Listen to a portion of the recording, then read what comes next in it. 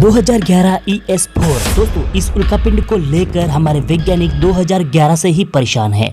जी हाँ दोस्तों, 2011 से ही इस उल्कापिंड ने वैज्ञानिकों की नींद उड़ा रखी है और 2011 ES4 नामक यह एस्टेरॉयड 1 सितंबर को फिर से हमारी धरती के लिए खतरा बनने वाला है। एक बार फिर से 1 सितंबर को यह हमारी धरती के बेहद करीब से होकर गुजरने वाला है और तब ये एस्टेरॉयड हमारी धरती और चांद के दोनों के बीच से होकर गुजरेगा। इसके गुजरने का समय लगभग 1 सितंबर 2020 को शाम को 4:25 तक यह हमारी धरती के बेहद करीब होगा और तब इस एस्टेरॉयड और हमारी धरती के बीच की दूरी लगभग 1,21,000 किलोमीटर ही रह जाएगी। इसी वजह से हमारे वैज्ञानिकों के अनुसार इसके हमारी धरती से टकराने के चांसेस लगभग 0.41% है।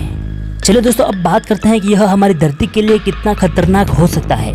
दोस्तों आपको बता दें 2011 ES4 नामक यह उल्कापिंड हमारी धरती से लगभग टकराने की संभावना 0.41% है। इसी वजह से अगर इस एस्टेरॉयड हमारी धरती के वायुमंडल में प्रवेश कर जाता है तो ऐसा होता है तो कहीं न कहीं हमारी धरती के लिए खतरा साबित हो सकता है।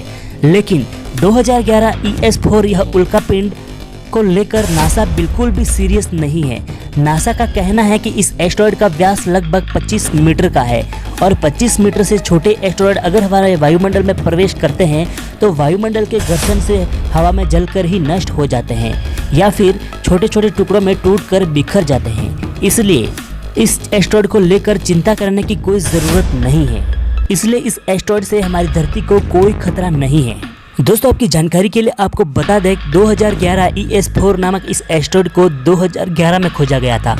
2 मार्च 2011 में खोजा गया था। तब इस एस्टेरॉयड और हमारी धरती के बीच की दूरी लगभग 0.054 एस्ट्रोनॉमिकल यूनिट जितना दूर था, लेकिन तब बड़ी तेजी से हमारी धरती की तरफ बढ़ रहा था और 13 मार्च 2011 को यह हमारी धरती के बेहद करीब से होकर गुजर गया और तब कुछ दिनों तक इस एस्टेरॉयड ने हमारे वैज्ञानिकों की नींद उड़ा रखी थी। दोस्तों आपकी जानकारी के लिए आपको बता दें कि इस एस्टेरॉयड का ऑर्बिट पीरियड लगभग 416 दिन का है, यानी हर 416 दिन में यह दोबारा हमारी धरती के बेहद करीब से गुजरता है और इसी अजीब से ऑर्बिट पीरियड की वजह से 1 सितंबर 2020 को फिर से हमारी धरती के बेहद करीब से होकर गुजरने वाला है। लेकिन इस बार यह कुछ हमारी धरती के बेहद ज़्यादा ही करीब से गुजरेगा, हमारे चांद और धरती के दोनों के बीच से गुजरने वाला है। इसी वजह से इसके हमारी धरती से टकराने के चांसेस बढ़ जाते हैं। और दोस्तों अगर इस एस्टेरॉयड की साइज की बात करें तो इसका व्यास लगभग 25 मीटर का है और दोस्तों इसकी रफ्तार लगभग 48,000 किलोमीटर प्रति घंटा है। दोस्तों आपको बता दें हमारे ब्रह्मांड में एक एप्पल के आकार से लेकर कई किलोमीटर बड़े एस्टेरॉयड भी मौजूद है, लेकिन छोटे एस्टेरॉयड से हमारी धरती को कोई खतरा नहीं है। लेकिन अगर बड़े एस्टेरॉयड हमारी धरती के बेहद करीब से गुजरते हैं तो उनसे भारी नुकसान हो सकता है। नासा के अनुसार 90 फीट से बड़े एस्टेरॉयड अगर हमारे वायुमंडल में प्रवेश करते हैं तो वायुमंडल के घर्षण से जलकर पूरी तरह से नष्ट नहीं होते हैं और हमारी धरती तक पहुंचने में कामयाब हो जाते हैं। इसलिए 90 फीट से बड़े एस्टेरॉयड हमारी धरती के लिए खतरा बन सकते हैं।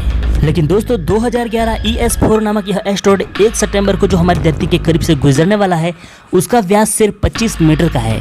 इसलिए इससे हमारी धरती को कोई खतरा नहीं है, इसलिए आपको चिंता करने की कोई ज़रूरत नहीं है। दोस्तों आप अगला वीडियो किस एस्टेरॉयड पर चाहते हैं हमें कमेंट बॉक्स में ज़रूर बताएं और spaceNewsHindi.com हमारी नई वेबसाइट को विजिट ज़रूर करें और हमने डिस्क्रिप्शन में कुछ किफ़ायती प्रोडक्ट के लिंक दिए हैं जिसे खरीदना चाहो तो आप खरीद सकते हो।